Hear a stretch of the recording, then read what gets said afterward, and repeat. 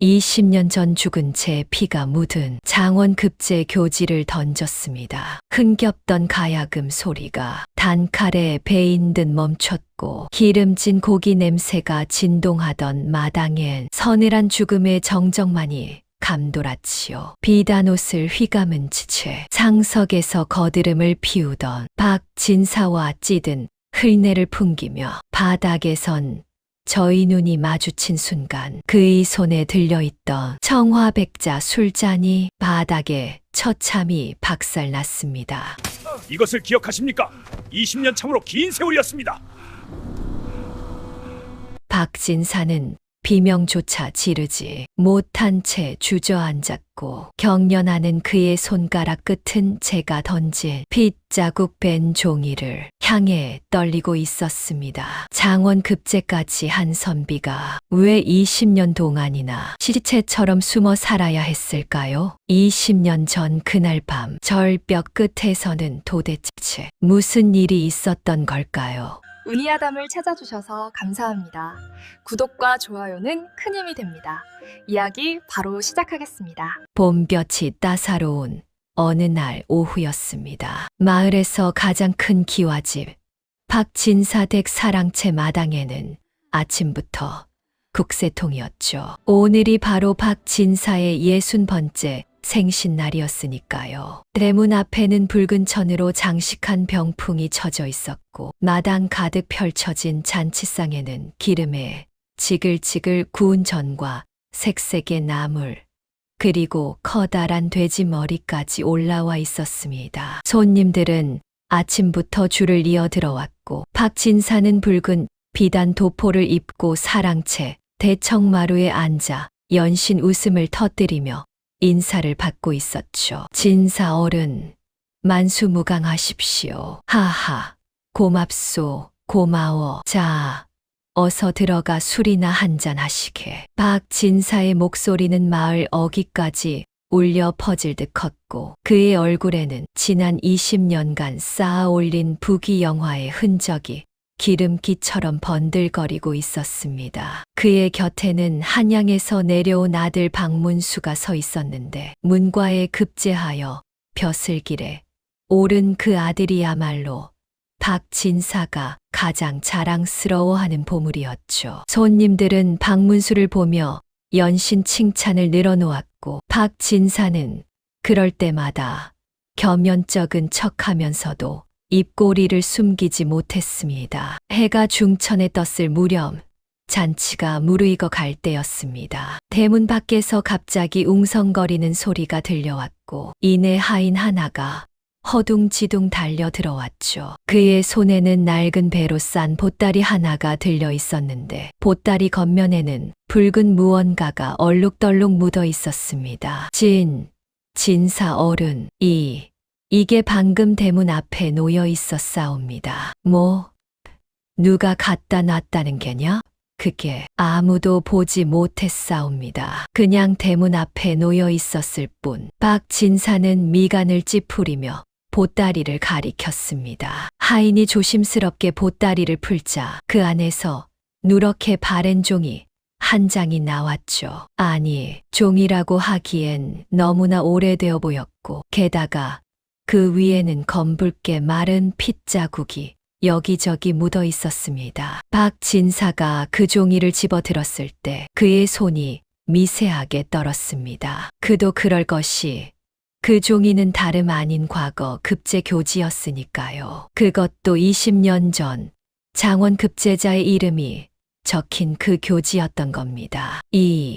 이현 장원급제. 박진사의 입에서 나온 그 이름에 주변이 순식간에 조용해졌습니다. 20년 전 이 마을에서 장원급제의 영광을 안고 한양으로 가려던 청년의 이름이었죠. 하지만 그 청년은 고향으로 돌아오는 길에 흔적도 없이 사라졌고 그의 가문은 역적으로 몰려 풍비박산이 났었습니다. 박진사의 얼굴이 순식간에 흙빛으로 변했고 그의 이마에서는 땀방울이 송골송골 맺히기 시작했습니다. 떨리는 손으로 교지를 뒤집은 박진사의 눈이 크게 커졌습니다. 교지 뒷면에는 누군가 붓으로 삐뚤빼뚤하게 글귀를 남겨놓았던 거죠. 글씨는 마치 피로 쓴 듯 검붉었고 세월이 지나 번져 있었지만 그래도 또렷하게 읽을 수 있었습니다. 내 아들의 이름은 가짜다. 단 8글자였지만 그 글자는 박진사의 가슴을 송곳처럼 찔러댔습니다. 옆에 서 있던 박문수도 그 글귀를 보았는지 얼굴이 하얗게 질렸고 잔치에 모였던 손님들 사이에서 수군거림이 일기 시작했죠. 박진사는 황급히 교지를 품 안에 숨기며 큰 소리로 외쳤습니다. 이건 누군가의 장난이요. 괘씸한 놈들 같으니 잔치나 계속 즐기시오. 하지만 그의 목소리는 떨리고 있었고 그 떨림은 마당에 모인 모든 사람들의 귓속으로 파고들었습니다. 환갑잔치의 흥겨움은 그렇게 순식간에 식어버렸고 손님들은 하나둘씩 자리를 뜨기 시작했죠. 해가 기울 무렵 그렇게 화려하게 시작했던 잔치는 어색한 침묵 속에서 끝이 났습니다. 박진사는 사랑채에 홀로 앉아 그 피 묻은 교지를 바라보며 20년 전 그날 밤을 떠올리고 있었습니다. 절벽 아래로 굴러 떨어지던 이현의 비명소리가 세월이 지났는데도 여전히 귓가에 생생하게 들려오는 것만 같았죠. 박진사의 환갑잔치가 끝나고 사흘이 지난 어느 아침이었습니다. 마을 어귀 느티나무 아래에 낯선 노인 하나가 앉아 있다는 소문이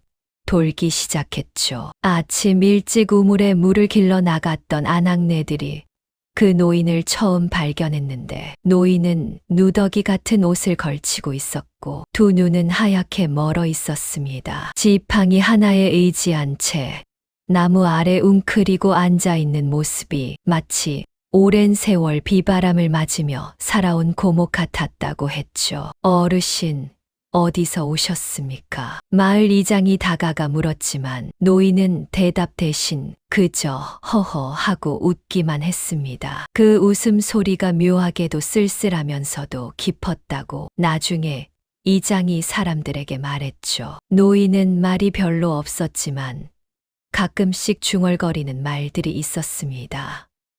20년이 지났구나. 20년이. 그 말을 들은 사람들은 고개를 갸우뚱했지만 대수롭지 않게 여기고 지나쳤습니다. 그저 정처 없이 떠도는 거지 노인이려니 했던 거죠. 마을 사람들은 노인에게 밥 한 그릇씩 갖다 주었고 노인은 그 밥을 천천히 아주 천천히 먹으며 며칠을 그 자리에서 보냈습니다. 노인이 마을에 나타난 지 이틀쯤 지났을 때 이번에는 또 다른 이방인이 마을에 들어왔습니다. 키가 훤칠하고 어깨가 넓은 사내였는데 등에는 커다란 진보다리를 지고 있었고 얼굴은 땀과 먼지로 범벅이 되어 있었죠. 사람들이 말을 걸어도 이 사내는 손짓발짓만 할 뿐 입을 열지 않았습니다. 알고 보니 말을 못하는 벙어리였던 거죠. 사내는 마을 주막 앞에 짐을 내려놓고 주막 주인에게 몸짓으로 물을 달라고 했습니다. 이 양반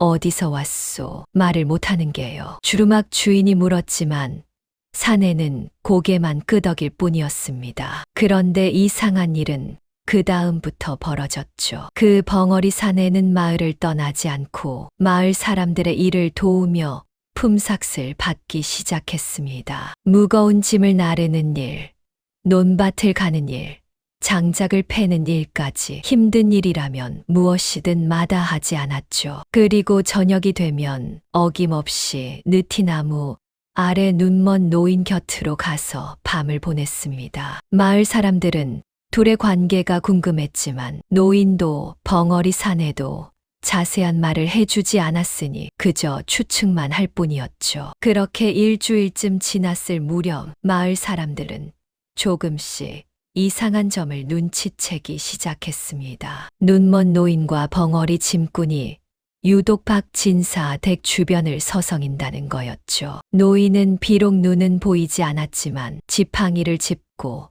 박진사 댁 담장 근처까지 왔다가 한참을 서 있곤 했습니다. 마치 담장 너머에서 들려오는 소리를 듣고 있는 것처럼 고개를 살짝 기울인 채 말이죠. 그리고 벙어리 짐꾼은 박진사 댁에서 일거리가 있을 때마다 자청해서 일을 했습니다. 장작을 패거나 곡식을 나르는 일을 하면서 그 사내의 눈빛은 끊임없이 사랑채와 안채를 훑었죠. 저 사람들 뭔가 수상하지 않소. 마을 사람들끼리 수군거리기 시작했지만 딱히 뭐라고 할 수는 없었습니다. 그저 일을 하고 품삯을 받는 것뿐인데 무슨 잘못이 있겠습니까? 하지만 박진사는 달랐습니다. 환갑잔치 날 받은 그 피 묻은 교지 이후로 박진사는 신경이 날카로워져 있었거든요. 하인들을 시켜 노인과 짐꾼을 감시하게 했고 밤이면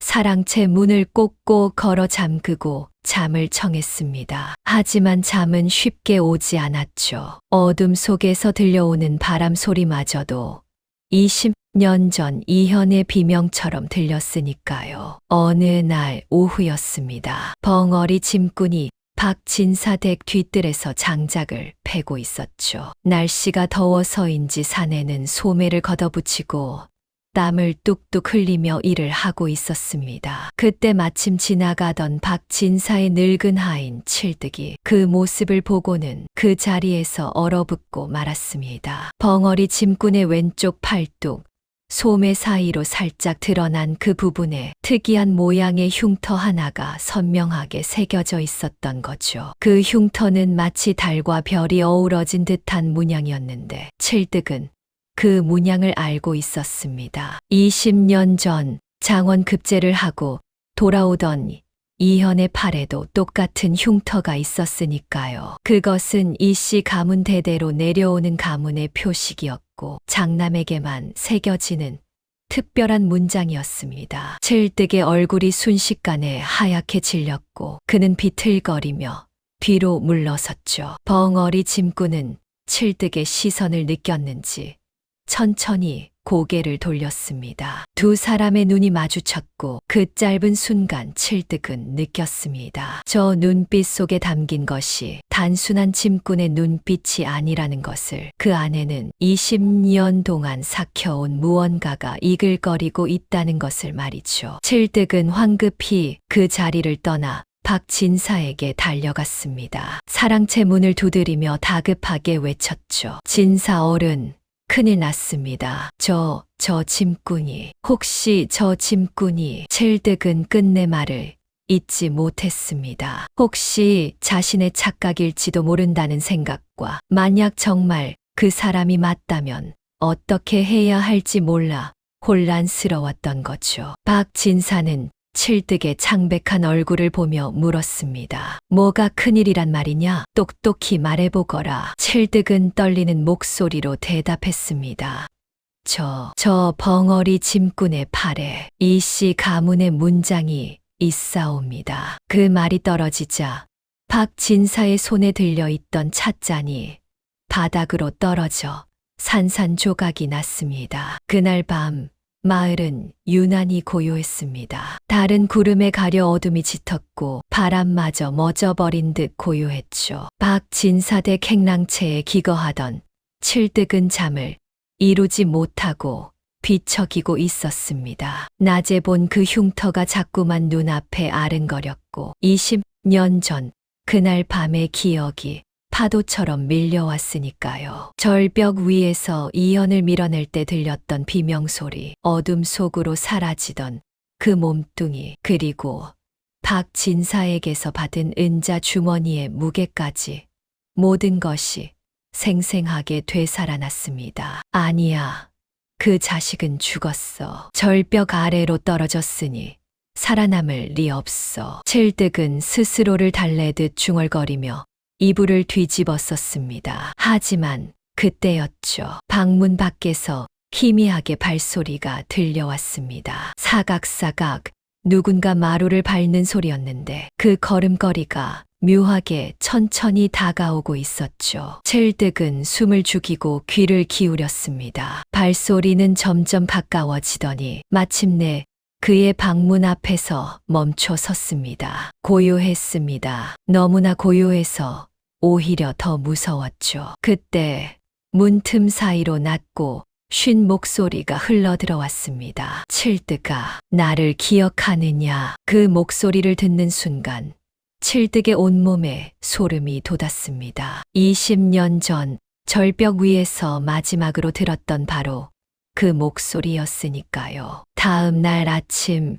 박진사 댁은 발칵 뒤집어졌습니다. 칠득이 사라졌다는 소식 때문이었죠. 하인들이 아침 일찍 칠득을 찾았지만 그의 방은 텅 비어 있었고 이불만 구겨진 채 남아 있었습니다. 마당을 뒤지고 뒷산까지 찾아봤지만 칠득의 행방은 알 수 없었죠. 박진사는 안절부절 못하며 하인들을 다그쳤습니다. 무슨 일이 있어도 칠득을 찾아내야 한다. 마을 구석구석을 뒤져라. 하지만 칠득은 어디에서도 나타나지 않았습니다. 그렇게 해가 중천에 떴을 무렵 마을 어기 관아 앞에서 누군가 비명을 질렀죠. 아낙네 하나가 관아 대문 앞에 쓰러져 있는 사람을 발견한 겁니다. 사람들이 우르르 몰려가 보니 그곳에는 칠득이 정신을 잃은 채 쓰러져 있었습니다. 온몸은 흙투성이었고 옷은 찢어져 있었으며 얼굴은 핏기 하나 없이 창백했죠. 그런데 더 기이한 것은 그의 입에 무언가 물려 있다는 거였습니다. 관아의 포졸들이 급히 달려와 칠득의 입에서 그것을 꺼냈는데 사람들은 그것을 보고 숨을 죽였습니다. 그것은 다름 아닌 오래된 땅 문서였니까요. 누렇게 바랜 종이에 적힌 글씨는 비록 세월의 때가 묻어 있었지만 여전히 또렷하게 읽을 수 있었습니다. 문서에는 이씨 가문의 이름으로 된 논밭 30마지기의 소유권이 명시되어 있었고 그 땅은 지금 박진사가 차지하고 있는 바로 그 땅이었죠. 포졸들이 찬물을 끼얹어 칠득을 깨웠을 때 칠득의 첫 마디는 비명이었습니다. 으아악, 살려줘, 살려달라고. 칠득은 온몸을 떨며 주위를 둘러보았고 자신이 관아 앞에 있다는 것을 깨닫고 나서야 조금 진정했습니다. 포졸들이 물었죠. 칠득, 대체 무슨 일이 있었던 게냐? 누가 너를 이렇게 만들었느냐? 칠득은 떨리는 손으로 자신의 입을 짚으며 더듬거렸습니다.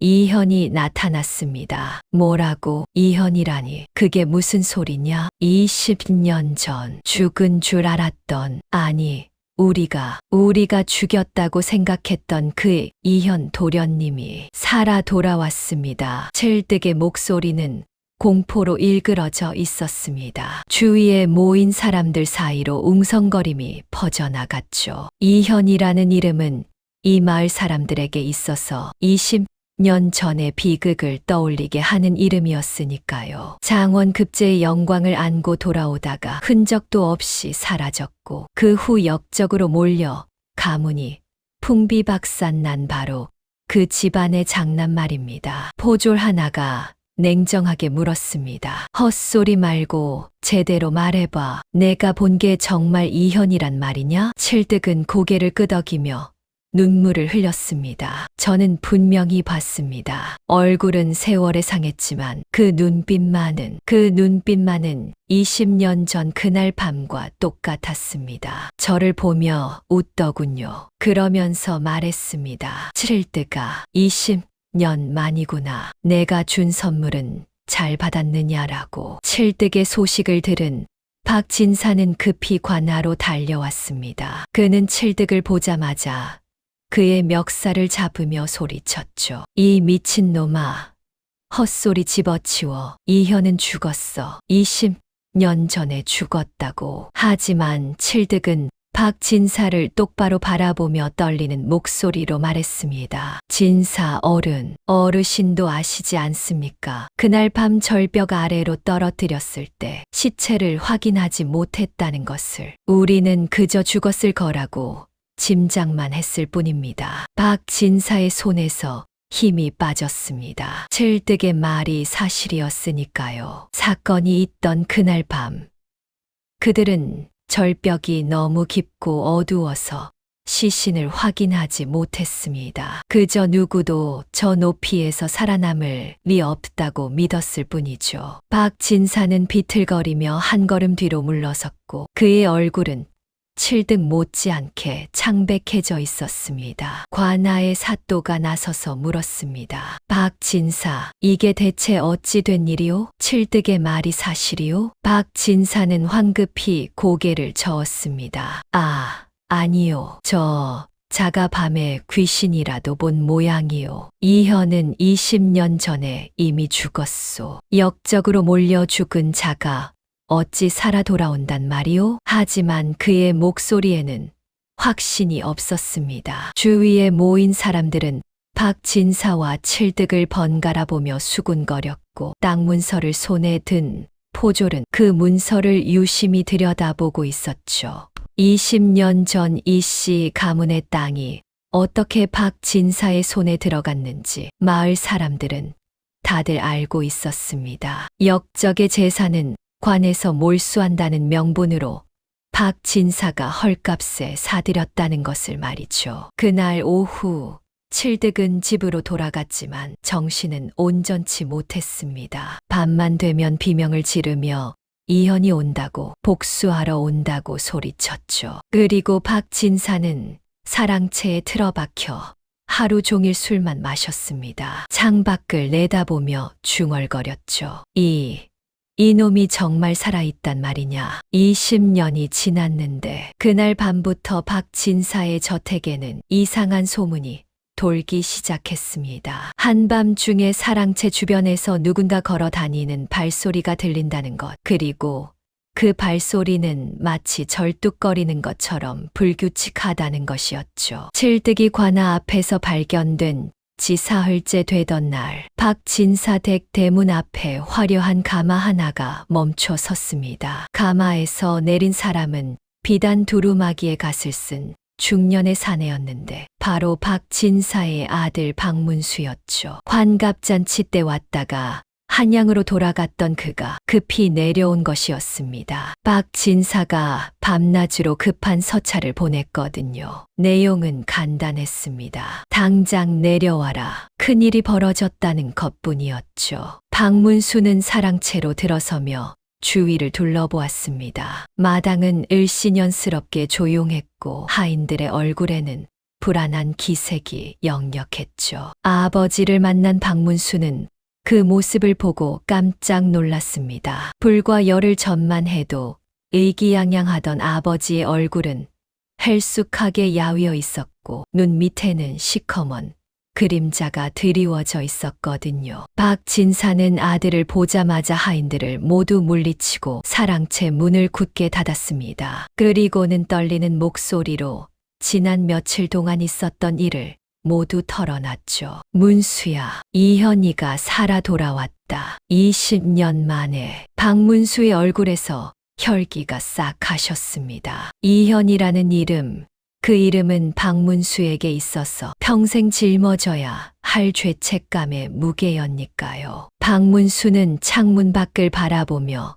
긴 한숨을 내쉬었습니다. 20년 전 그날을 그는 한 번도 잊어본 적이 없었으니까요. 과거 시험장에서 옆자리에 앉았던 이현, 그 청년의 답안지는 빛나고 있었습니다. 박문수는 그날 자신의 답안지가 형편없다는 것을 알고 있었죠. 절망에 빠져 있을 때 아버지 박진사가 시험관에게 은밀히 접근했고 결국 이현의 답안지와 박문수의 답안지가 바뀌었습니다. 장원급제의 영광은 이현에게서 박문수에게로 넘어왔고 이현은 그 사실도 모른 채 기쁨에 겨워 고향으로 내려왔죠. 하지만 그날 밤 이현은 절벽에서 떨어졌고 박문수는 그 소식을 듣고 안도의 한숨을 쉬었습니다. 진실을 아는 사람이 사라졌으니까요. 그 후 박문수는 이현의 이름으로 급제한 것을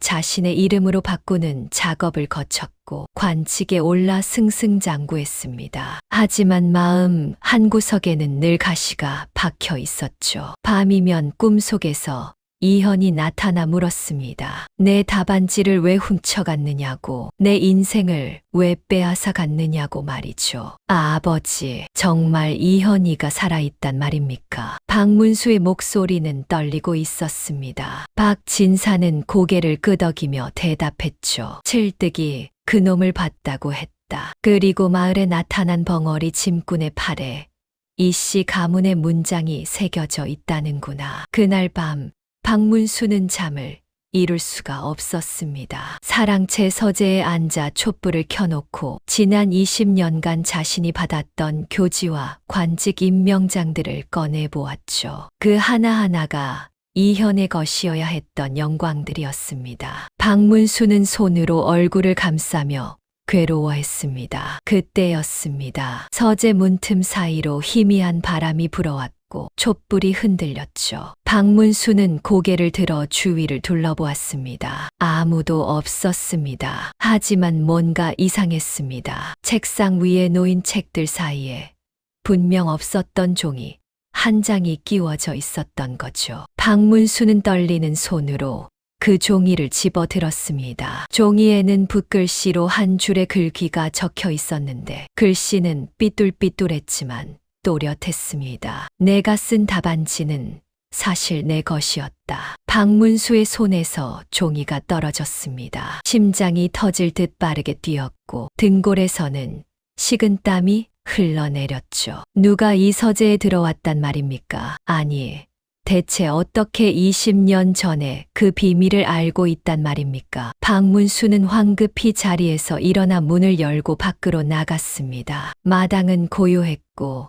달빛만 차갑게 내리쬐고 있었죠. 하지만 그때 담장 너머에서 희미한 그림자 하나가 움직이는 것이 보였습니다. 거기 누구냐? 박문수가 소리쳤지만 그림자는 대답 없이 어둠 속으로 사라졌습니다. 박문수는 그 자리에 멍하니 서서 떨고 있었죠. 20년 동안 감춰왔던 비밀이 이제 하나씩 드러나고 있다는 공포가 밀려왔으니까요. 다음 날 아침 박문수는 아버지를 찾아갔습니다. 박진사는 여전히 술에 취한 채 누워 있었고 박문수는 그런 아버지를 깨우며 말했죠. 아버지, 우리가 어떻게 해야 할지 말씀해 주십시오. 이현이가 정말 살아 돌아왔다면 모든 진실이 밝혀질 것입니다. 박진사는 충혈된 눈으로 아들을 바라보았습니다. 그리고는 쉰 목소리로 대답했죠. 겁먹지 마라. 증거가 없으면 아무것도 증명할 수 없다. 20년이 지났는데 누가 그놈의 말을 믿겠느냐? 하지만 아버지, 칠득이 이미 무너졌지 않습니까? 만약 칠득이 입을 연다면 칠득은 내가 관리한다. 그놈은 이미 미쳐버렸으니 누구도 그놈의 말을 진지하게 받아들이지 않을 것이다. 박진사의 목소리는 단호했지만 그의 손은 여전히 떨리고 있었습니다. 박문수는 아버지를 보며 깨달았습니다. 아버지도 자신만큼이나 두려워하고 있다는 것을 말이죠. 하지만 두 사람은 서로에게 그 두려움을 드러내지 않으려 애썼습니다. 그저 침묵 속에서 다가올 심판의 그날을 기다릴 뿐이었죠. 그날 오후 박문수는 마을을 걸으며 벙어리 짐꾼을 찾아다녔습니다. 그 짐꾼이 정말 이현인지 직접 확인하고 싶었던 거죠. 하지만 짐꾼은 어디에도 보이지 않았습니다. 마치 그림자처럼 사라져버린 것 같았죠. 박문수가 느티나무 아래를 지나갈 때 그곳에는 여전히 눈먼 노인이 앉아 있었습니다. 노인은 박문수가 지나가는 것을 느꼈는지 고개를 살짝 들며 말했습니다. 젊은 양반, 마음이 불편하신 모양이군요. 훔친 것은 언젠가 돌려줘야 하는 법입니다. 박문수는 그 자리에 얼어붙었습니다. 눈도 보이지 않는 노인이 어떻게 자신의 마음을 꿰뚫어 본 걸까요? 노인은 더 이상 말이 없었고 박문수는 비틀거리며 그 자리를 떠났습니다. 그날 밤부터 박문수의 서재에는 매일 밤 새로운 쪽지가 나타나기 시작했습니다. 어떤 날은 내 관직은 거짓 위에 세워졌다. 어떤 날은 20년의 빚, 이제 갚을 때가 왔다는 글귀들이었죠. 박문수는 미쳐버릴 것만 같았습니다. 도대체 누가 어떻게 이 서재에 들어온단 말입니까? 문은 항상 잠겨 있었고 창문도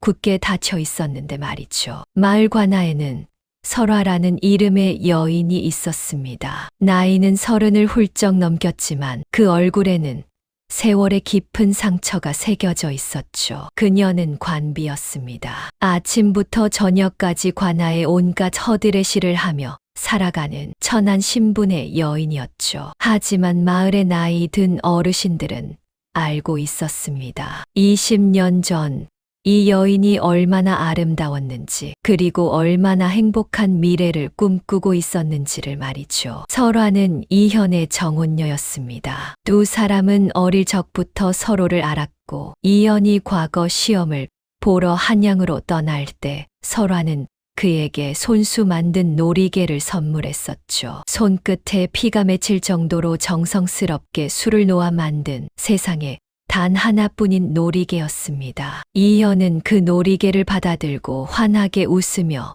약속했습니다. 기다리시오. 내가 반드시 급제하여 당당하게 돌아와 혼례를 올리겠소. 그 말을 듣던 설화는 얼굴을 붉히며 고개를 끄덕였고, 두 사람은 느티나무 아래에서 100년 가약을 꿈꾸었죠. 하지만 그 약속은 지켜지지 않았습니다. 이현은 돌아오지 않았고 그의 가문은 역적으로 몰려 멸문당했죠. 설화의 집안도 연좌제로 풍비박산이 났고 설화는 관비로 팔려갔습니다. 20년 동안 그녀는 한 번도 웃지 않았고 한 번도 다른 남자를 바라보지 않았습니다. 그저 매일 밤 하늘의 별을 보며 이현을 떠올렸을 뿐이었죠. 어느 날 저녁 설화는 관아 뒤뜰 우물에서 물을 길어 올리고 있었습니다. 해가 뉘엿뉘엿 저물어 가고 마을에는 저녁 연기가 피어오르고 있었죠. 두레박을 당기는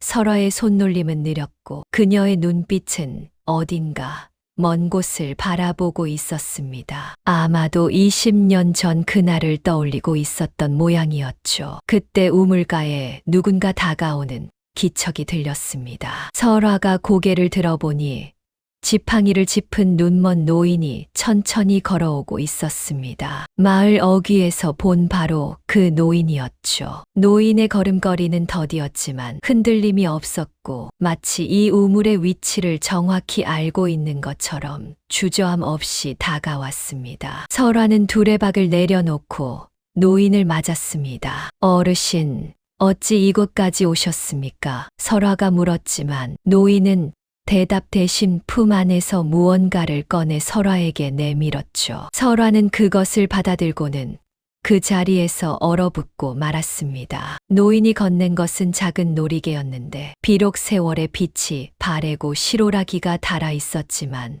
설화는 그것을 한눈에 알아볼 수 있었습니다. 20년 전 자신이 이현에게 선물했던 바로 그 놀이개였으니까요. 손가락이 저릿저릿해지면서 감각이 사라지는 것 같았고 가슴 속 깊은 곳에서 뜨거운 무언가가 치밀어 올랐습니다. 이게 어떻게 어르신 이것을 어디서 구하셨습니까? 설화의 목소리는 떨리고 있었고 노인은 여전히 말이 없었습니다. 그저 설화의 손을 가만히 잡아주었을 뿐이었죠. 노인은 설화를 우물가 평상에 앉히고 천천히 입을 열기 시작했습니다. 그의 목소리는 낮고 쉬었지만 하나하나의 단어에는 무게가 실려 있었죠. 아가씨, 20년 전 그날 밤 나는 절벽 아래 계곡에서 약초를 캐고 있었습니다. 노인이 말했습니다. 달도 없이 어두운 밤이었는데 갑자기 위에서 비명소리가 들렸다고 했죠. 무언가 떨어지는 소리와 함께 절벽의 돌들이 우르르 굴러떨어지는 소리가 계곡을 울렸다고 했습니다. 노인은 횃불을 들고 그곳으로 달려갔고 바위 사이에 쓰러져 있는 젊은 양반을 발견했다고 했죠. 온몸은 피투성이었고 숨은 겨우 붙어 있었다고 했습니다. 나는 그분을 업고 내 오두막으로 갔습니다. 석 달 동안 약을 다리고 상처를 돌보았지요. 노인은 잠시 말을 멈추고 한숨을 쉬었습니다. 그리고는 계속해서 말을 이어갔죠. 그분이 깨어났을 때 첫 마디가 무엇이었는지 아십니까? 노인이 물었고 설화는 숨을 죽이고 기다렸습니다. 설화는 무사한가? 그렇게 물으시더군요. 자신은 온몸이 부서져 있으면서도 아가씨 걱정부터 하셨습니다. 설화는 두 손으로 입을 막았습니다. 눈물이 주르르 흘러내렸죠. 노인은 계속 말을 이어갔습니다. 하지만 그분의 다리는 이미 성하지 못했습니다. 절벽에서 떨어지며 다리뼈가 부러졌고 제대로 치료받지 못해 평생 절뚝거리며 살아야 했지요. 그리고 무엇보다 그분은 목소리를 잃었습니다. 설화가 떨리는 목소리로 물었습니다. 목소리를요? 노인은 고개를 끄덕였습니다. 그날 밤 충격이 너무 컸던 모양입니다. 말문이 막혀버렸지요. 그 후로 그분은 단 한마디도 하지 못했습니다. 설화는 떨리는 목소리로 물었습니다. 그럼 그분이 이현 도련님이 지금 어디 계십니까? 노인은 고개를 들어 마을 쪽을 향했습니다. 비록 눈은 보이지 않았지만 그의 시선은 어딘가를 정확히 가리키고 있는 것 같았죠. 아가씨가 찾고 계신 그분은 이미 이 마을에 와 계십니다. 다만 다른 모습으로 말이오. 노인이 말했습니다. 설화의 가슴이 쿵 하고 내려앉았습니다. 마을에 온 이방인이라고는 눈먼 노인과 벙어리 짐꾼뿐이었습니다. 그렇다면 그 벙어리 짐꾼이 바로 이현이라는 말이었죠. 설화는 비틀거리며 일어섰습니다. 20년 동안 죽은 줄만 알았던 사람이 바로 이 마을에 살아서 돌아와 있었다니. 그것도 말 한마디 못하는 벙어리가 되어서 무거운 짐을 지고 품팔이를 하면서 살고 있었다니 말이죠. 설화는 당장이라도 그를 찾아 달려가고 싶었지만 노인이 그녀의 손을 잡으며 말했습니다. 기다리시오. 아직은 때가 아니오. 그분에게는 해야 할 일이 남아 있습니다. 노인의 목소리는 단호했습니다. 20년 전의 진실을 밝히고 빼앗긴 것을 되찾아야 하오. 그 일이 끝난 후에야 비로소 그분은 진정한 자유를 얻을 것이오. 설화는 놀이개를 가슴에 꼭 안았습니다. 20년 만에 다시 손에 쥔 이 작은 물건이 그녀에게는 세상 무엇보다 소중했습니다. 그날 밤 설화는 잠을 이루지 못했습니다. 창문 너머로 보이는 별들을 바라보며 20년 전처럼 이현을 떠올렸죠. 하지만 이제는 달랐습니다. 그가 죽지 않았다는 것, 살아서 돌아왔다는 것, 그리고 곧 다시 만날 수 있다는 것을 알게 되었으니까요. 설화의 눈에서 눈물이 흘러내렸지만 그 눈물은 슬픔이 아니라 희망의 눈물이었습니다. 칠뜨기 관아 앞에서 발견된 지 일주일이 지났을 무렵 박진사는 더 이상 참고만 있을 수 없다고 판단했습니다. 마을에는 이미 이상한 소문들이 퍼져나가고 있었고 사람들은 박진사를 보는 눈빛이 예전과 달라지고 있었으니까요. 박진사는 사랑채의 마을의 유지들을 불러 모았습니다. 이장을 비롯해 부자 상인 몇 명, 그리고 관아의 포교까지 박진사와 가까운 사람들이 모두 모였죠. 상에는 술과 안주가 차려져 있었지만 아무도 손을 대지 않았습니다. 분위기가 심상치 않다는 것을 모두들 느끼고 있었으니까요. 박진사는 그들 앞에서 단호하게 말했습니다. 여러분, 우리 마을에 역적의 잔당이 숨어들었소. 눈먼 노인과 벙어리 짐꾼, 그 자들이 바로 20년 전 역적으로 몰린 이씨 가문의 일당이요. 마을 이장이 조심스럽게 물었습니다. 하지만 진사어른,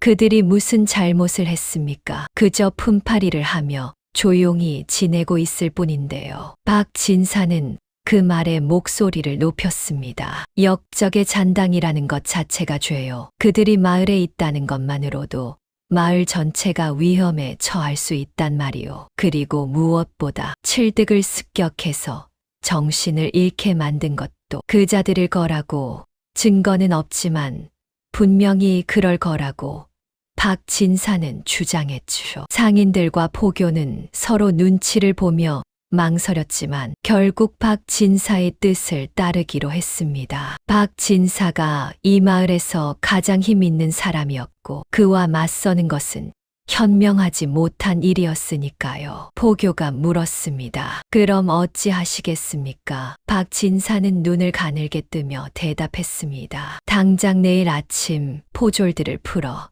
그 자들을 잡아들이시오. 역적의 잔당이라는 명분이면 충분하오. 출동 이튿날 아침 관아의 포졸 대여섯 명이 느티나무 아래로 향했습니다. 그들의 손에는 밧줄과 곤봉이 들려 있었고 얼굴에는 긴장한 기색이 역력했죠. 마을 사람들이 하나둘씩 모여들어 무슨 일인가 하고 지켜보기 시작했습니다. 눈먼 노인은 여전히 나무 아래에 앉아 있었고 벙어리 짐꾼은 그 곁에서 장작을 패고 있었죠. 포교가 앞으로 나서며 큰 소리로 외쳤습니다. 박진사 어른의 명에 따라 너희 둘을 역적의 잔당으로 잡아들인다. 마을 사람들 사이로 웅성거림이 일었습니다. 벙어리 짐꾼은 도끼를 내려놓고 천천히 일어섰습니다. 그의 눈빛은 차갑게 가라앉아 있었지만 입을 열지는 않았죠. 눈먼 노인은 지팡이를 짚고 천천히 일어서며 조용히 물었습니다. 우리가 무슨 죄를 지었기에 잡아간다는 것이요? 포교는 밧줄을 흔들며 대답했습니다. 20년 전 역적으로 몰린 이씨 가문의 잔당이라는 것, 그것만으로도 충분한 죄요. 노인은 고개를 저으며 말했습니다. 증거도 없이 사람을 잡아간단 말이요? 이것이 과연 법도에 맞는 일이요? 포교는 말문이 막혔지만 박진사의 명을 거역할 수는 없었습니다. 어쨌든 우리는 명을 받들어 너희를 잡아가야 한다. 포교가 소리치자 포졸들이 일제히 앞으로 나섰습니다. 바로 그때였습니다. 마을 사람들 사이에서 한 사람이 앞으로 나섰습니다. 마을에서 대장간을 하는 늙은 대장장이었죠. 잠깐, 포교나리, 이건 아니지 않소. 대장장이가 말했습니다. 저 노인과 짐꾼이 우리 마을에 온 이후로 무슨 잘못을 저질렀소. 오히려 마을 사람들을 도우며 조용히 지냈을 뿐이지 않소. 그러자 옆에 서 있던 아낙네 하나가 거들었습니다. 맞소. 저 짐꾼은 우리 집 곡식도 날라줬고 품삯도 제대로 받지 않았소. 그런 사람을 역적의 잔당이라고 잡아간다는 게 말이 되는 일이오? 마을 사람들이 하나둘씩 나서기 시작했습니다. 처음에는 조심스럽게, 그러다 점점 더 목소리를 높여가며 포졸들 앞을 가로막았죠. 포교는 당황했습니다. 마을 사람들이 이렇게 나설 줄은 몰랐으니까요. 비켜들 나시오. 이건 관아의 명이요. 포교가 외쳤지만 마을 사람들은 물러서지 않았습니다. 오히려 더 많은 사람들이 모여들어 노인과 짐꾼을 감싸기 시작했죠. 대장장이가 다시 말했습니다. 포교날이 역적의 잔당이라는 증거라도 있소. 증거도 없이 사람을 잡아간다면 그건 법이 아니라 횡포요.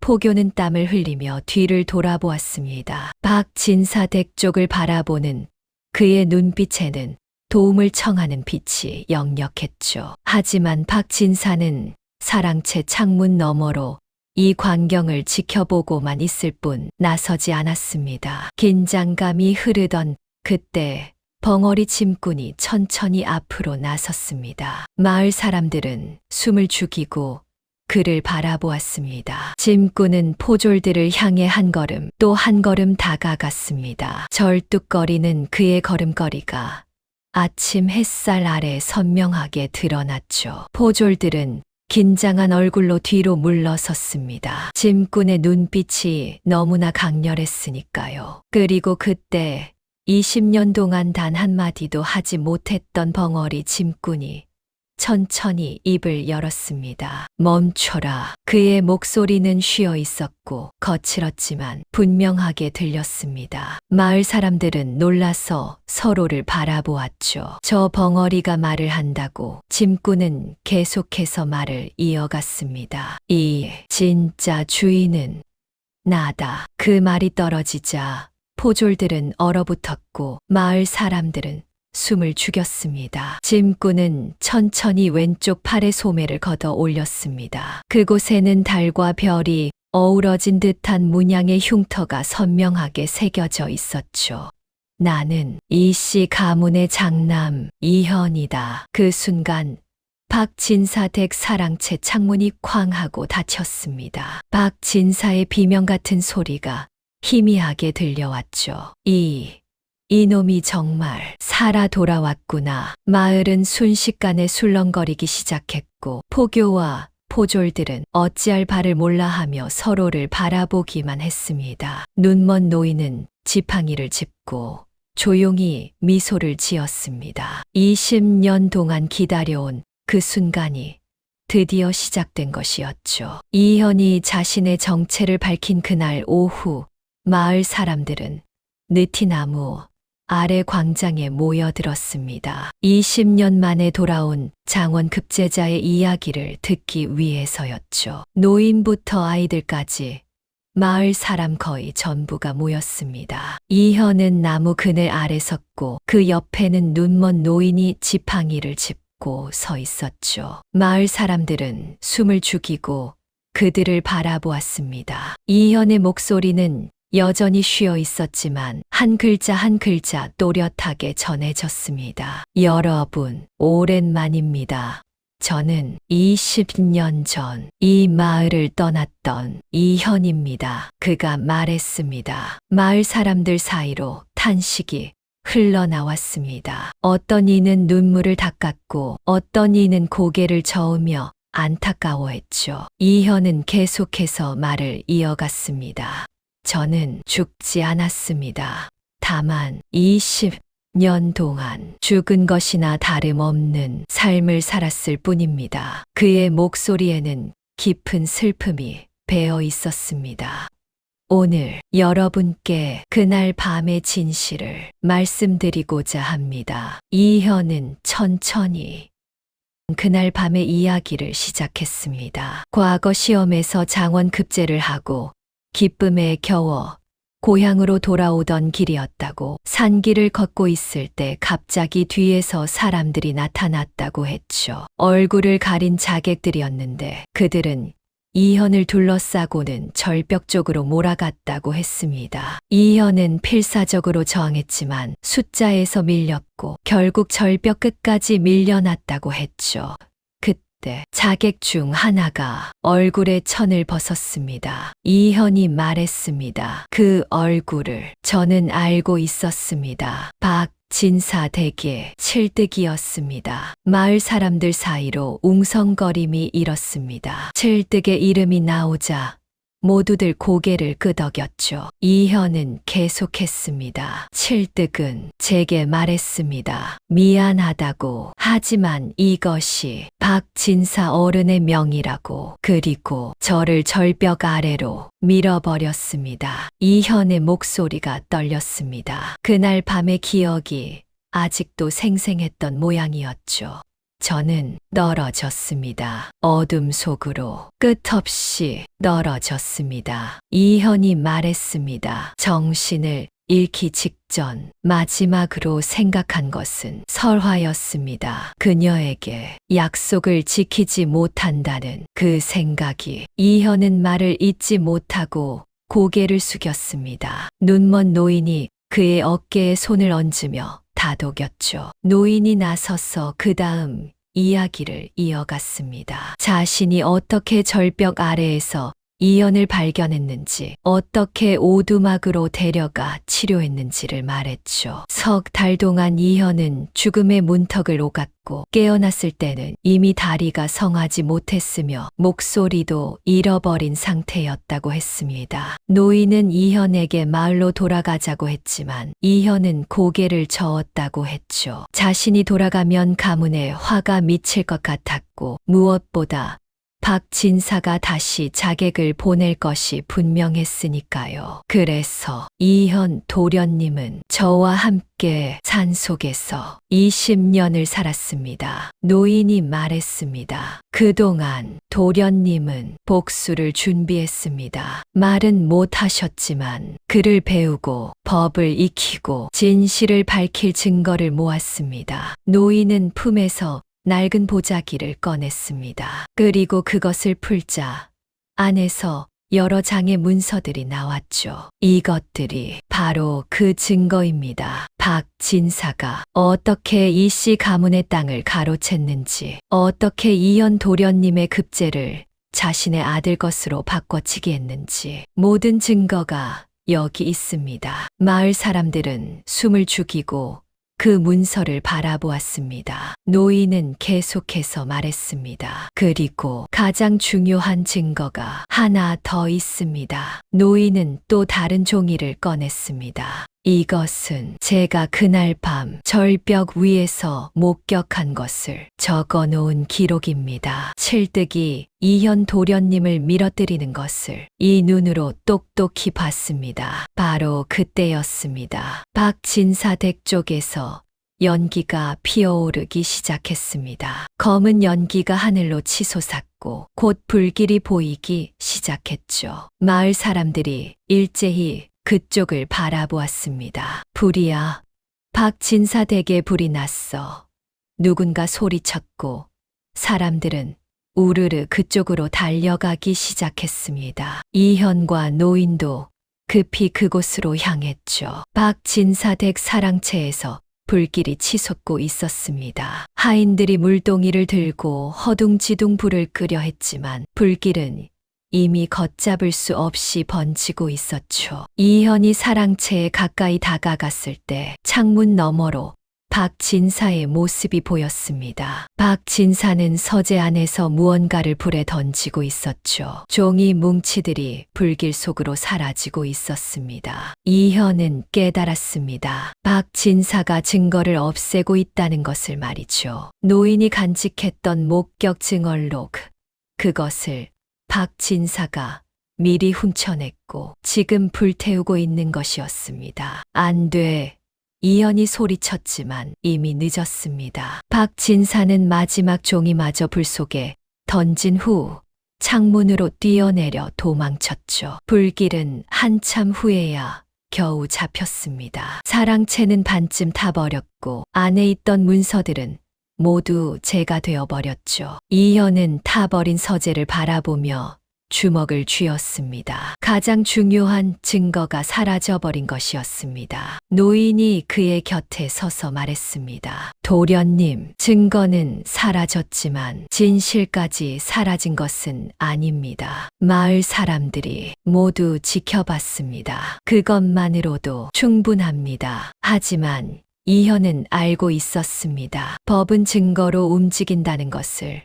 아무리 진실을 외쳐도 증거가 없으면 소용없다는 것을 말이죠. 그날 밤 이현은 잠을 이루지 못했습니다. 20년을 준비한 복수가 이렇게 무너질 수는 없었으니까요. 사랑채 화재가 있은 지 사흘째 되던 날, 마을에 이상한 소문이 돌기 시작했습니다. 암행어사가 이 고을에 떴다는 소문이었죠. 장터에서 장사하던 상인이 처음 그 소문을 퍼뜨렸습니다. 이웃 고을에서 어떤 행색이 초라한 선비가 나타나 관아의 비리를 적발하고 사또를 파직시켰다는 이야기였죠. 그 선비가 바로 암행어사였고 지금 이 고을로 향하고 있다는 것이었습니다. 마을 사람들은 처음에는 믿지 않았지만 소문은 점점 더 구체적으로 퍼져나갔습니다. 박진사는 이 소문을 듣고 크게 당황했습니다. 암행어사라니, 하필이면 지금 이 시기에 말이죠. 박진사는 급히 아들 박문수를 불러 상의했습니다. 문수야, 암행어사가 정말 온다면 어찌해야겠느냐? 박진사가 떨리는 목소리로 물었습니다. 박문수도 안색이 좋지 않았습니다. 아버지, 일단 뇌물을 준비하는 것이 좋겠습니다. 어사라 해도 사람인 이상 은자 앞에서는 마음이 흔들릴 테니까요. 박진사는 고개를 끄덕이며 즉시 은자를 준비하라고 명했습니다. 커다란 보자기에 은자를 가득 담아 어사가 나타나면 바로 바칠 수 있도록 말이죠. 이틀 후 정말로 한 선비가 마을에 나타났습니다. 남루한 도포를 입고 갓을 쓴 그 선비는 마을 어귀에서 천천히 걸어 들어왔죠. 선비의 얼굴은 먼지로 뒤덮여 있었고 손에는 낡은 보찜 하나만 들려 있었습니다. 마을 사람들은 저 선비가 혹시 암행어사가 아닐까 하고 수군거렸지만 감히 다가가 물어보지는 못했죠. 박진사는 대문 안에서 그 선비를 지켜보고 있었습니다. 저자가 어사인가 행색이 너무 초라한데 박진사가 중얼거렸고 옆에 있던 칠득이 대답했습니다. 진사어른, 암행어사는 원래 신분을 숨기기 위해 초라한 행색을 하는 법입니다. 박진사는 서둘러 은자 보따리를 들고 선비에게 다가갔습니다. 선비나리, 잠시 제 집에 들러 쉬어 가시지 않겠습니까? 박진사가 공손하게 말했습니다. 하지만 선비는 고개를 저으며 대답했습니다. 감사하지만 저는 갈 곳이 따로 있습니다. 그리고는 박진사를 지나쳐 마을 안쪽으로 걸어갔죠. 박진사는 당황했습니다. 저 선비가 어디로 가는 걸까요? 박진사는 몰래 선비의 뒤를 밟았습니다. 그리고 놀라운 광경을 목격했죠. 선비가 느티나무 아래 바로 눈먼 노인의 초가삼간으로 들어간 것이었습니다. 박진사는 숨을 죽이고 초가집 창문 너머를 엿보았습니다. 안에서는 선비와 눈먼 노인, 그리고 이현이 마주 앉아 있었죠. 선비가 갓을 벗었고 그 얼굴이 드러났습니다. 박진사는 그 얼굴을 보고 얼어붙었습니다. 분명히 본 적이 없는 얼굴인데 어쩐지 낯이 익은 것 같았으니까요. 선비가 입을 열었습니다. 이현 형님, 오랜만입니다. 마침내 이 날이 왔군요. 이현은 고개를 끄덕이며 선비의 손을 잡았습니다. 노인이 옆에서 말했습니다. 도련님, 이분이 바로 제가 말씀드렸던 그분입니다. 한양에서 암행어사로 임명받아 오신. 박진사는 귀를 쫑긋 세웠습니다. 저 선비가 정말 암행어사란 말인가요? 선비가 계속 말했습니다. 형님께서 20년 전 장원급제를 하셨을 때 저는 그 시험장에 있었습니다. 제가 비록 낙방했지만 형님의 답안지만큼은 기억하고 있습니다. 그 빛나는 글재주를 어찌 잊을 수 있겠습니까? 어사는 품에서 하나를 꺼냈습니다. 그리고 저는 20년 전 박문수가 제출한 답안지와 형님께서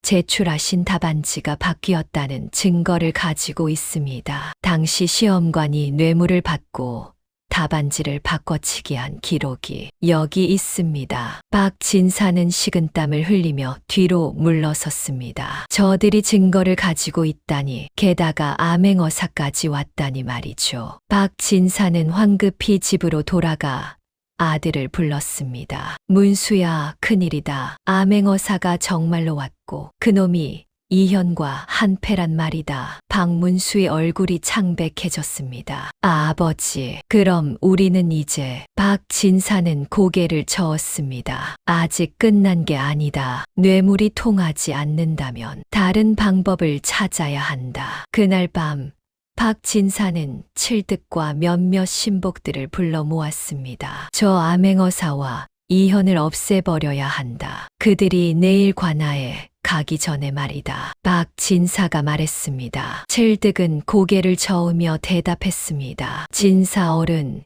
이미 한 번 실패했습니다. 이현 도련님은 죽지 않았습니다. 이번에도 실패하면. 박진사는 칠득의 멱살을 잡으며 소리쳤습니다. 그럼 어쩌자는 거냐? 이대로 잡혀가서 목이 잘리길 기다리자는 거냐?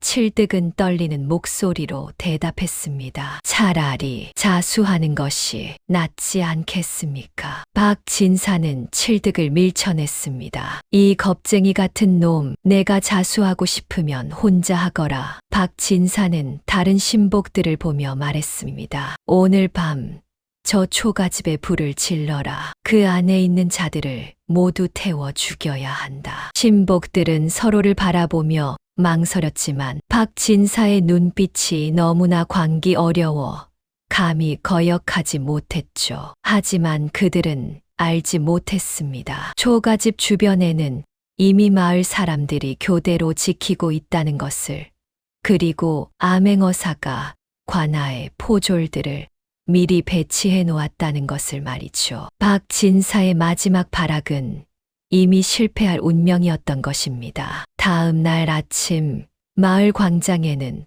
북소리가 울려 퍼졌습니다. 관아에서 보낸 포졸들이 광장 한가운데 커다란 평상을 놓고 그 위에 암행어사의 자리를 마련했죠. 마을 사람들이 하나둘씩 모여들기 시작했고 곧 광장은 사람들로 가득 찼습니다. 모두들 오늘 무슨 일이 벌어질지 알고 있었으니까요. 20년 동안 숨겨져 있던 진실이 마침내 세상에 드러나는 날이었습니다. 암행어사는 관복을 입고 평상 위에 앉았고 그 옆에는 이현과 눈먼 노인이 서 있었죠. 어사가 마패를 꺼내 높이 들자 광장이 조용해졌습니다. 과인은 임금님의 명을 받들어 이곳에 온 암행어사이다. 어사의 목소리가 광장 전체에 울려 퍼졌습니다. 오늘 이 자리에서 20년 전 이 고을에서 벌어진 불의를 심판하고자 한다. 어사가 말했습니다. 그리고는 포졸들을 향해 손짓했죠. 박진사와 그의 아들 박문수를 끌어내라. 포졸들이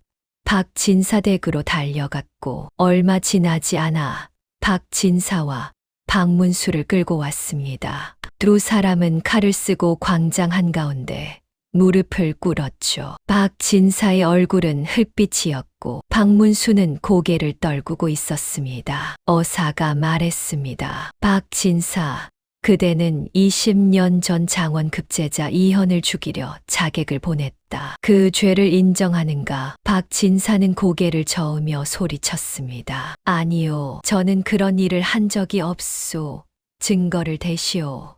어사는 칠득을 불러냈습니다. 칠득은 떨리는 걸음으로 앞으로 나왔고 박진사를 바라보며 입을 열었습니다. 진사 어른, 죄송합니다. 하지만 더 이상은 거짓말을 할 수 없습니다. 칠득이 말했습니다. 20년 전 그날 밤 제가 진사 어른의 명을 받들어 이현 도련님을 절벽에서 밀어뜨렸습니다. 이것이 진실입니다. 광장은 술렁거렸고 박진사는 칠득을 노려보며 이를 갈았습니다. 하지만 어사는 거기서 멈추지 않았습니다. 그리고 박문수, 그대는 이현의 답안지를 훔쳐 장원 급제의 영예를 가로챘다. 그 죄를 인정하는가? 어사가 물었습니다. 박문수는 대답하지 못했습니다. 어사는 품에서 두 장의 종이를 꺼냈죠. 이것은 20년 전 과거 시험의 답안지들이다. 하나는 박문수 내 이름으로 제출된 것이고 하나는 이현 형님의 이름으로 제출된 것이다. 어사는 두 답안지를 높이 들어 보였습니다. 하지만 필체를 보라. 박문수 내 이름으로 제출된 이 훌륭한 답안지의 필체와 이현 형님께서 평소에 쓰시던 글씨가 똑같다. 어사가 외쳤습니다. 그리고는 마을 사람들에게 두 답안지를 보여주었죠. 그를 아는 사람들은 고개를 끄덕였습니다. 분명히 같은 사람의 필체였으니까요. 박문수는 더 이상 버티지 못하고 고개를 숙였습니다. 죄송합니다. 모든 것이 제 잘못입니다. 박문수가 떨리는 목소리로 말했습니다. 아버지께서 시험관에게 뇌물을 주고 답안지를 바꿔치기 했습니다. 저는 그것을 알면서도 막지 못했습니다. 박진사는 아들을 노려보며 소리쳤습니다. 내가 무슨 말을 하는 거냐? 입 닥쳐. 하지만 박문수는 계속 말을 이어갔습니다. 20년 동안 저는 단 하루도 편히 잠을 잔 적이 없습니다. 꿈속에서 이현 형님이 나타나 저를 원망했습니다. 박문수는 눈물을 흘리며 이현을 바라보았습니다. 형님, 죄송합니다. 용서를 구할 자격도 없지만 정말 죄송합니다. 어사는 또 다른 문서를 꺼냈습니다. 그리고 박진사, 그대는 이 씨 가문이 역적으로 몰린 틈을 타서 그들의 땅 30마지기를 헐값에 사들였다. 아니, 사들인 것이 아니라 강탈한 것이다. 어사가 말했습니다. 문서를 펼쳐 보이자 거기에는 당시 거래 내역이 적혀 있었죠. 이 씨 가문의 땅은 원래 은자 1000냥의 가치가 있었다. 하지만 그대는 겨우 100냥의 그 땅을 차지했다. 역적의 재산이라는 명목으로 말이다. 어사가 외쳤습니다. 마을 사람들은 분노했습니다. 누군가 소리쳤습니다. 박진사는 이 씨 가문의 불행을 이용해서 불을 쌓았소. 또 다른 사람이 외쳤습니다. 20년 동안 우리를 속였소. 광장은 점점 더 술렁거렸고 박진사는 사방에서 쏟아지는 비난의 시선을 견디지 못했습니다. 어사가 최종 판결을 내렸습니다. 박진사, 그대는 살인, 교사와 재산 강탈의 죄로 유배형에 처한다. 박문수, 그대는 과거 부정의 죄로 관직을 박탈하고 20년 동안 받은 녹봉을 모두 반환하라. 어사가 마패를 내리쳤고 포졸들이 두 사람을 결박했습니다. 박진사와 박문수가 끌려가기 직전 이현이 그들 앞에 섰습니다. 20년 만에 마주한 두 사람, 한 사람은 복수를 준비해온 피해자였고 한 사람은 모든 것을 빼앗아간 가해자였죠. 이현은 박진사를 똑바로 바라보며 천천히 입을 열었습니다. 진사 어른, 20년 전 당신은 저를 절벽 아래로 떨어뜨렸습니다. 이현이 말했습니다. 저는 그 어둠 속에서 당신을 원망했습니다. 하지만 돌아가신 아버지께서 마지막으로 제게 남긴 말씀이 있었습니다. 이현은 잠시 말을 멈추고 하늘을 바라보았습니다. 아버지는 말씀하셨습니다. 원수를 갚되 마음까지 원한으로 물들지 말라고, 진실을 밝히되 복수심에 사로잡히지 말라고. 이현이 다시 박진사를 바라보며 말했습니다. 그래서 저는 당신을 용서하고자 합니다. 하지만 하늘은 당신을 용서하지 않을 것입니다. 이현의 목소리는 조용했지만 그 무게는 무거웠습니다. 박진사는 고개를 떨구었고 박문수는 눈물을 흘렸죠. 포졸들이 두 사람을 끌고 가기 시작했습니다. 박진사 부자가 칼을 쓰고 광장을 지나갈 때 마을 사람들은 침을 뱉거나 돌을 던지지 않았습니다. 그저 조용히 지켜볼 뿐이었죠. 그들이 받을 벌은 이미 정해졌고 더 이상의 분노는 필요 없었으니까요. 이현은 그들이 사라지는 모습을 지켜보다가 천천히 고개를 돌려 마을 사람들을 바라보았습니다. 그리고 깊이 절을 올렸죠. 여러분, 감사합니다. 20년 동안 기다려주셔서. 이현의 목소리는 떨리고 있었고 마을 사람들 중 몇몇은 눈물을 닦았습니다. 정의는 더디 왔지만 결국 도착한 것이었습니다. 심판이 끝난 다음 날 이현은 마을 뒷산으로 향했습니다. 그곳에는 20년 전 돌아가신 부모님의 묘소가 있었죠. 풀이 무성하게 자라 묘비조차 제대로 보이지 않았지만 이현은 그곳을 정확히 찾아갔습니다. 묘소 앞에 무릎을 꿇은 이현은 한동안 말없이 묘비를 어루만졌습니다. 세월의 때가 묻어 글씨가 흐려진 묘비였지만 아버지와 어머니의 이름은 여전히 또렷했죠. 이현의 눈에서 눈물이 흘러내렸습니다. 아버님, 어머님, 불효자 이현이 돌아왔습니다. 이현은 떨리는 목소리로 지난 20년의 이야기를 부모님께 들려드렸습니다. 절벽에서 떨어졌던 일, 다리를 잃고 목소리를 잃었던 일, 그리고 복수를 준비하며 살아온 세월을 말이죠. 아버님께서 원수를 갚되 마음까지 물들지 말라 하셨습니다. 그 말씀을 지키려 애썼습니다. 이현이 말했습니다. 바는 법의 심판을 받았습니다. 하지만 저는 마음속 원한을 내려놓으려 합니다. 이현은 품에서 낡은 놀이개를 꺼냈습니다. 설화가 주었던 바로 그 놀이개였죠. 그리고 어머님, 아들이 이제 혼례를 올리고자 합니다. 20년이 늦었지만 허락해 주시겠습니까? 묘소에서 내려온 이현은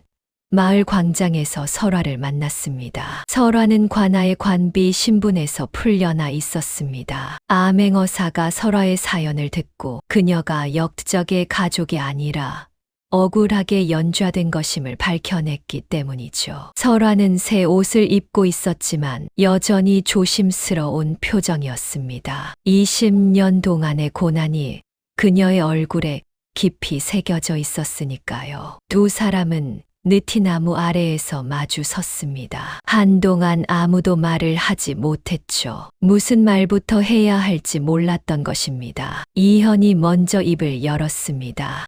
설화, 20년을 기다리게 해서 미안하오. 그의 목소리는 여전히 쉬어 있었지만 진심이 담겨 있었습니다. 설화는 고개를 저으며 대답했습니다. 아니에요. 도련님, 기다린 게 아니에요. 저는 도련님을 잊은 적이 없었을 뿐이에요. 설화의 눈에서 눈물이 흘러내렸습니다. 죽은 줄만 알았는데 살아계셨다는 것만으로도 저는 행복합니다. 이현은 설화의 손을 잡았습니다. 거칠고 상처투성이인 손이었지만 설화는 그 손을 꼭 쥐었죠. 설화, 나는 이제 온전한 사람이 아니오. 다리도 절뚝거리고 목소리도 성하지 못하오. 이현이 말했습니다. 하지만 설화는 그의 말을 끊으며 말했습니다. 도련님, 저도 이제 꽃다운 처자가 아니에요. 관비로 살며 온갖 고생을 다 했어요. 설화가 말했습니다. 하지만 우리가 서로를 사랑한다면 그것만으로 충분하지 않을까요? 이현은 설화를 끌어안았고 설화는 그의 품에 안겨 한참을 울었습니다. 20년 동안 참아왔던 눈물을 그제야 마음껏 흘렸죠. 이현과 설화의 혼례는 한 달 후에 치러졌습니다. 마을 사람들이 모두 모여 축하해 주었고 암행어사도 한양에서 특별히 내려와 혼례를 지켜봤죠. 비록 화려하지는 않았지만 정성과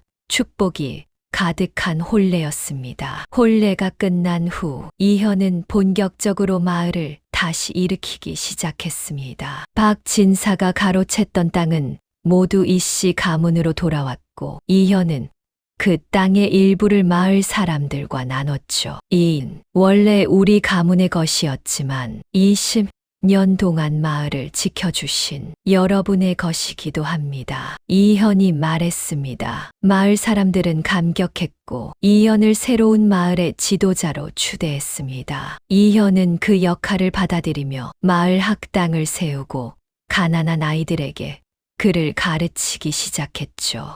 저는 과거 시험을 통해 출세하려 했지만 실패했습니다. 이현이 아이들에게 말했습니다. 하지만 이제는 알았습니다. 진정한 성공은 출세가 아니라 정의를 실현하고 사람들을 돕는 것이라는 것을. 아이들은 눈을 반짝이며 이현의 이야기를 들었고 마을에는 새로운 희망이 싹트기 시작했습니다. 세월이 흘렀습니다. 이현과 설화는 마을에서 평온하게 살았고 두 아들을 낳아 키웠죠. 아이들은 아버지의 이야기를 들으며 자랐고 정의와 인내의 중요성을 배웠습니다. 눈먼 노인은 이현의 집 옆 작은 초가에서 여생을 보냈고 마을 아이들에게 약초 캐는 법과 사람을 치료하는 법을 가르쳤죠. 암행어사는 한양으로 돌아가 높은 벼슬에 올랐고 이따금 이현에게 편지를 보내며 안부를 물었습니다. 박진사는 유배지에서 세상을 떠났고 박문수는 고향으로 돌아와 조용히 참회하며 살았습니다. 어느 가을 저녁